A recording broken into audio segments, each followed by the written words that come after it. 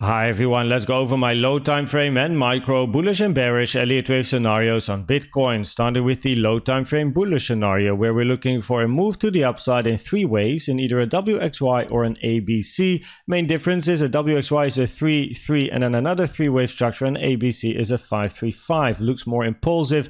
We're below price at the moment. We have some common targets for a wave B or a wave X taken from the low to the high of W or A, and around that golden pocket area we have some additional confluence, which is the blue box over here between 25.7 and 25.9, but also the 786 positioned at 25.4k has some additional support as we have a gap over here, but also an important support resistance area as you can see over here on the chart. Now, what is important in this scenario is that preferably this is the low of then an impulsive structure to the downside in a 1, 2, 3, 4 and then a wave 5. You don't really want this to be the low of a wave X and then a WXY, because inside a three wave Y to the upside you don't want to have an internal WXY that kind of invalidates a wave Y. And if you have another ABC in Y, then it's the same as wave W, as wave W over here is then also an ABC. And in a sideways double combo WXY structure, you don't want wave W and wave Y to have the same structure. Now, potentially an A, B, and then a wave C is possible, but then C is going to take an incredible amount of time. And for a wave C, I'm then looking for an ending diagonal. So you then have a three wave A, you have a three wave B, and then you have a five wave C, 1, 2, 3, 4, 5, creating a diagonal structure where all of the waves have to be a zigzag structure. But as you can see, it's going to take a lot of time to finish that compared to the time of A and the time of B. So it's something we can keep in our minds, but at the moment I don't yet have it on the chart. So preferably this is the low of then an impulse, but also counting a five wave move over here is not great. 1, 2, 3, 4, 5. That's actually quite nice over here, but this very long range and then this small dip to the downside doesn't really look that great in an impulsive structure here to the downside. Another scenario on the chart over here is a potential WXYXZ. In general, this is a rare corrective sideways structure. So you then have a W being a zigzag, and in a W, Y, and Z, you can only have one zigzag. Wave X and wave X over here can both have any corrective structure. So you can only have one zigzag in W, Y, Z, and W over here looks to be a zigzag already. So preferably Y is then a flat structure over here, and X or Z is still in the making in potentially then another flat, where once more this support is going to play an important role for price to then look for a bounce to the upside. If we then finally look at the triangle, then over here A, B, C, D, E, potentially finished triangle looking for a move to the downside, where now then this invalidation can be removed, and the invalidation that is important is price going above C. Of course, officially you should say if this is the high of E, then this is the invalidation, but I like to be at least a little bit flexible over here. Reason being that this wave E in time is very short compared to A, B, and C. So it's just something I have in my mind. And also if we would put the trend lines on price over here, this can work, right? It is some sort of a triangle pattern. Wave E not hitting the upper trend line is normal. Usually it either undershoots, so it doesn't hit the trend line, or it overshoots. In this case, it then undershoots, and you want to see price moving to the downside, and you want to see price continue to the downside. So you don't really want to see a very big bounce in the support area mentioned earlier, and then a potential 1, 2, and then you'd really be looking for a bigger wave 3 to the downside. What I do prefer in a triangle though is actually seeing bearish CVD divergences between C and E, which we don't. We do have bearish CVD divergences between A and C. That is nice. That is what I like to see. If I go to the 4 hour here, I can actually show you.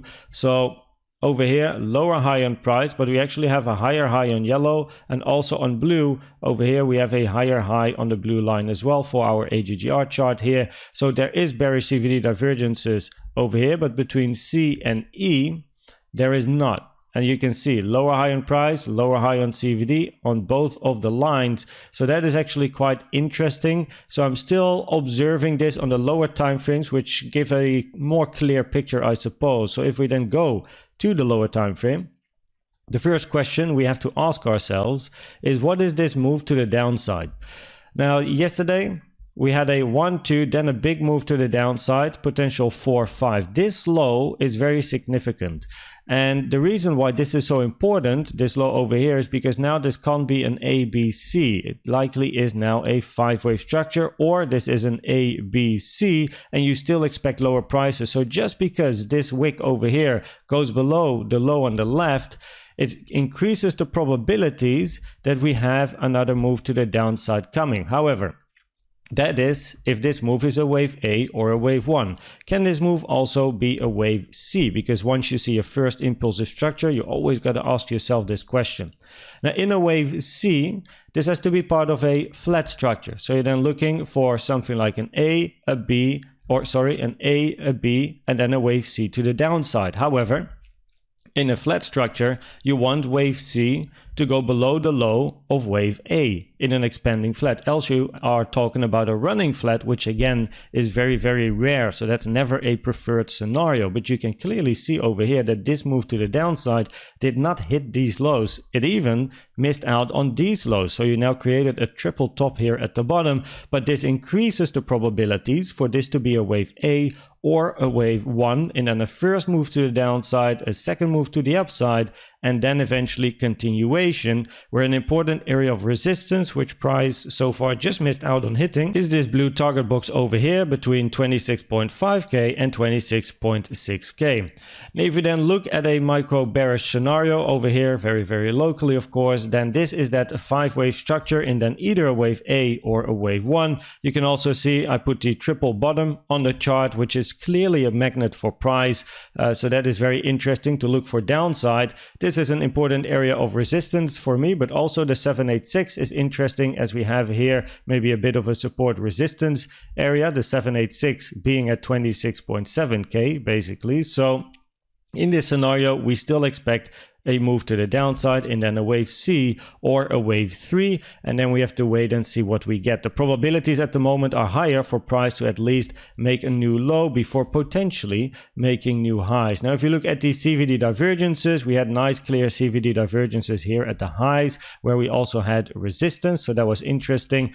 At the lows over here, a bit of bullish CVD divergence for then a move to the upside over here, a push to the upside, and we didn't yet hit this target area that I think would be nice to hit, but let's wait and see what price is going to do today, because we also have news going on today.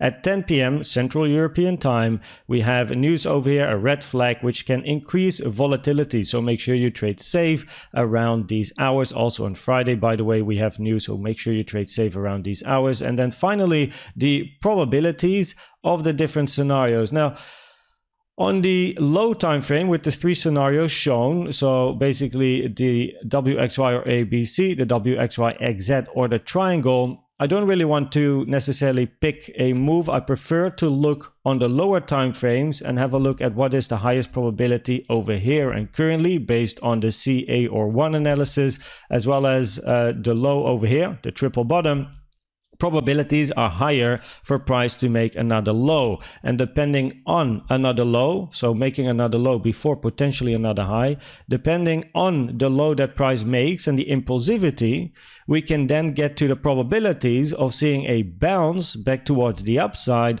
or continuation to the downside. I hope this video was helpful or valuable to you. Please check out the most recent educational video I've made about the best trading indicator you can use in my opinion, which is the CVD. And for now, thanks for watching and subscribing, and I'd like to see you at the next one. Bye bye.